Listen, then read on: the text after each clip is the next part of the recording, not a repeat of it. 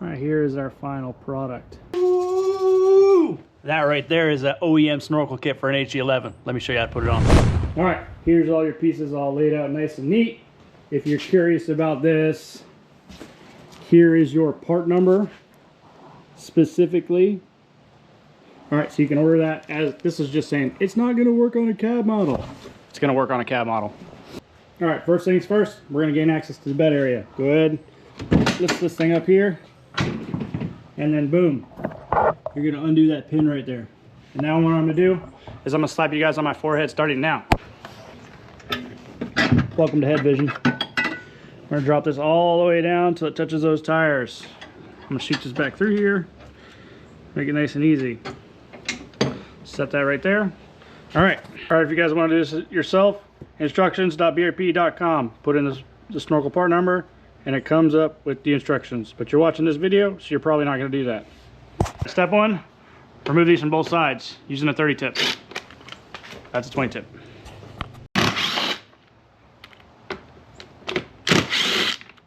Probably should save everything. There, pops that out. I have a feeling this comes out too. That's some nice little snaps. Boom, boom. Set that in there. I'm gonna put these in here in case I need them again.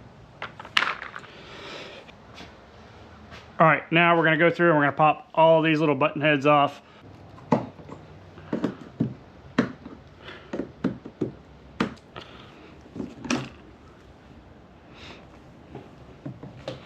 All right, now we're gonna take this guy out. So you got one here, one there. Make sure you undo this clamp, and then this soft fitting is also gonna come out. So this whole thing right here is gonna come out. All right, it does say in the directions to make sure that we keep all this hardware. So make sure we store this somewhere where you're not gonna lose it. And what do we got there? That's probably, take your 7, undo the boot. Remember, we're saving all this stuff.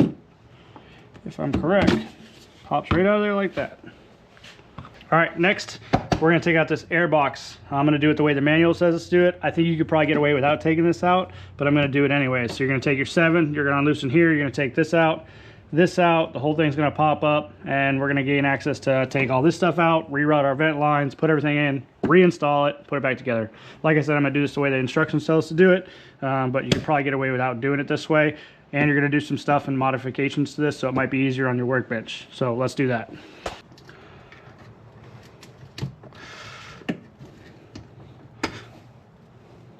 There's one.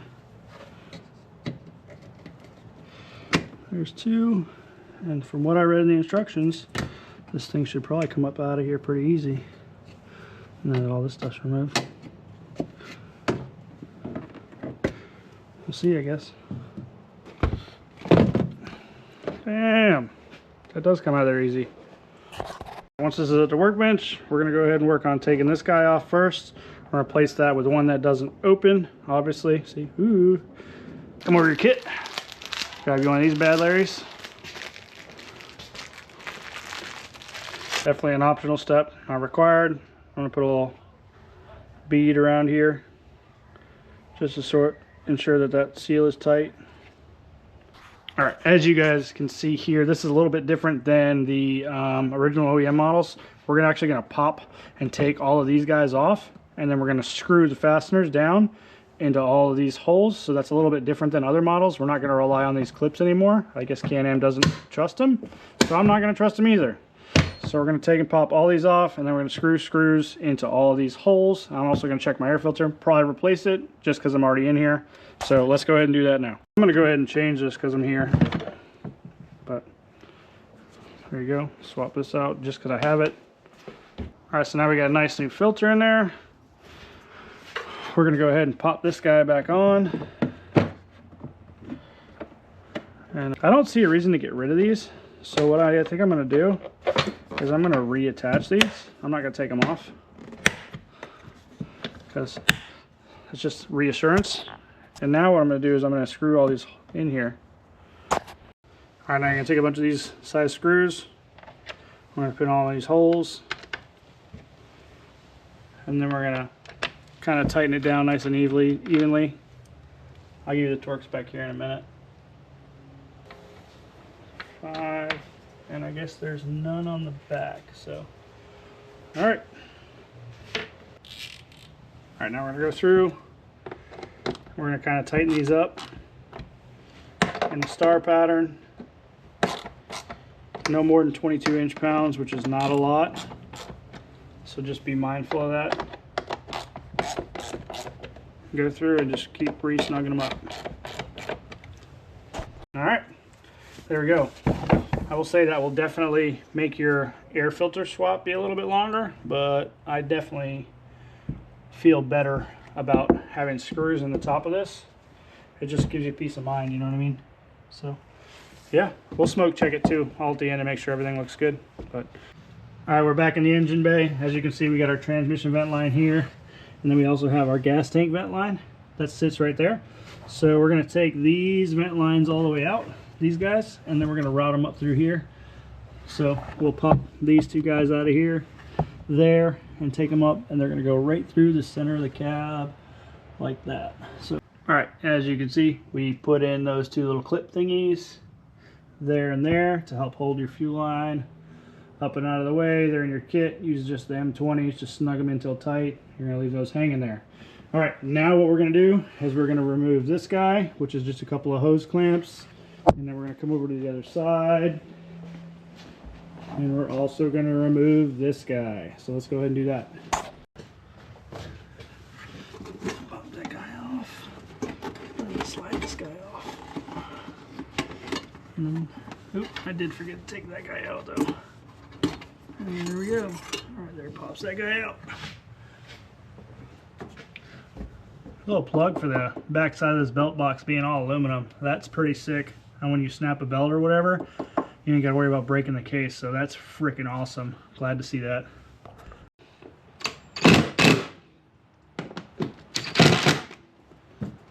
All right.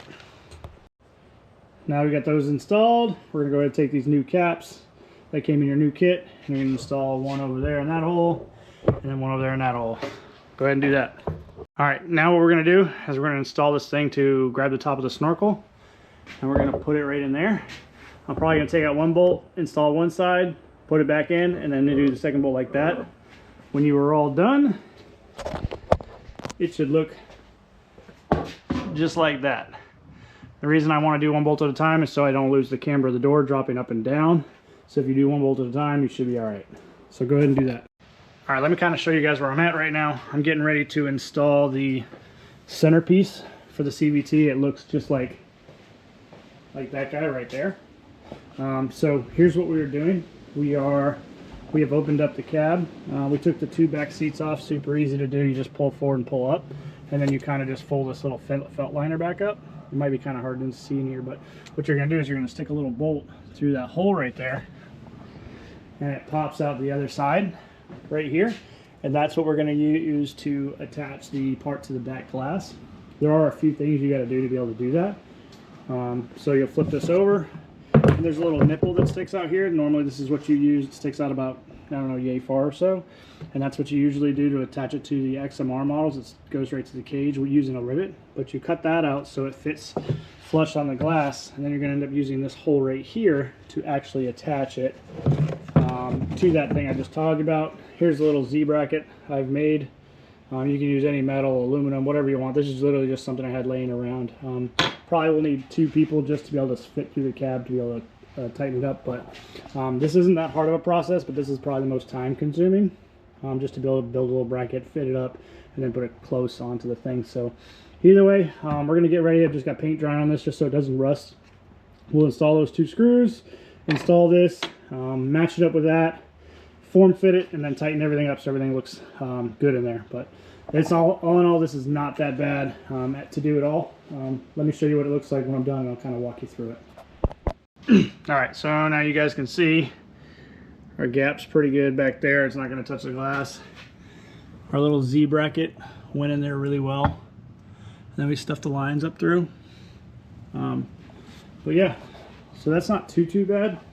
It's kind of hard to see, that's why, and I needed both my hands. So I did have someone help me in the cab, but you can see there's my little nut. Goes right through, and then that guy gets attached, and then that guy gets attached, and voila, the centerpiece is done. That's the hardest part, I would say. It's not even that hard though. Another oh by the way thing I done is sorry, it's really close here, but I re-drilled some screws to have hold in that vent channel housing like that, so you can see everything's nice and neat and it's on the locked location. And I did trim the fuel hose up just a smidgen so that it all fits just right.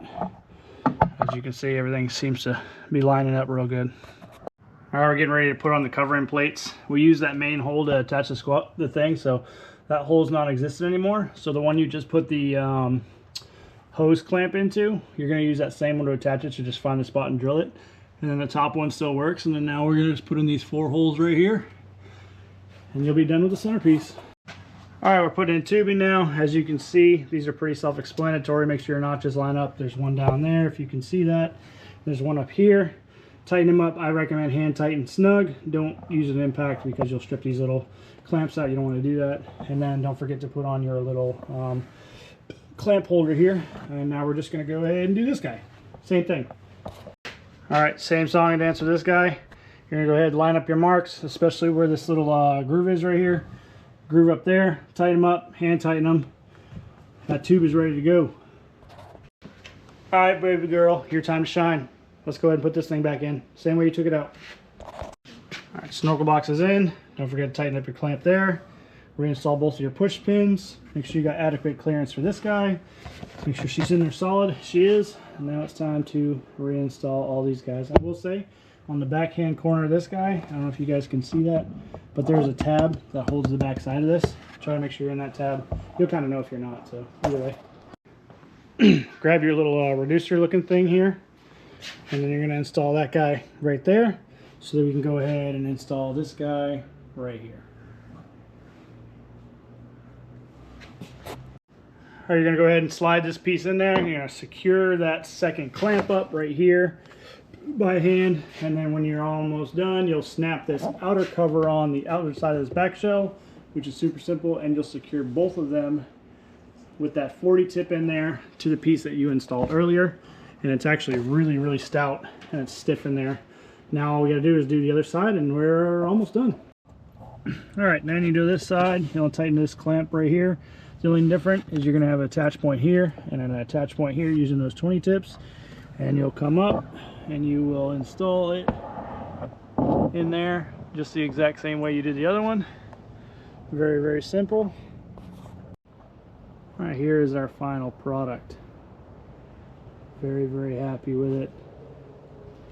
It's secure, it's robust, makes no noise, doesn't rattle. Super stoked. It's very sleek.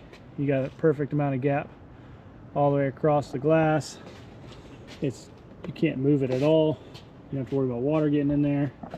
You can't tell at all that, you know, it's not made for this machine. I think it looks really, really good. Super stoked with it. Super happy with how it turned out. Here's a side profile so you guys can see. It's not bad at all. I dig it. I really, really like it. Hopefully you guys enjoyed this video. It wasn't too bad to do. Anybody can pretty much do it. Don't pay somebody. But either way, thanks guys. Until next time, we'll catch you later.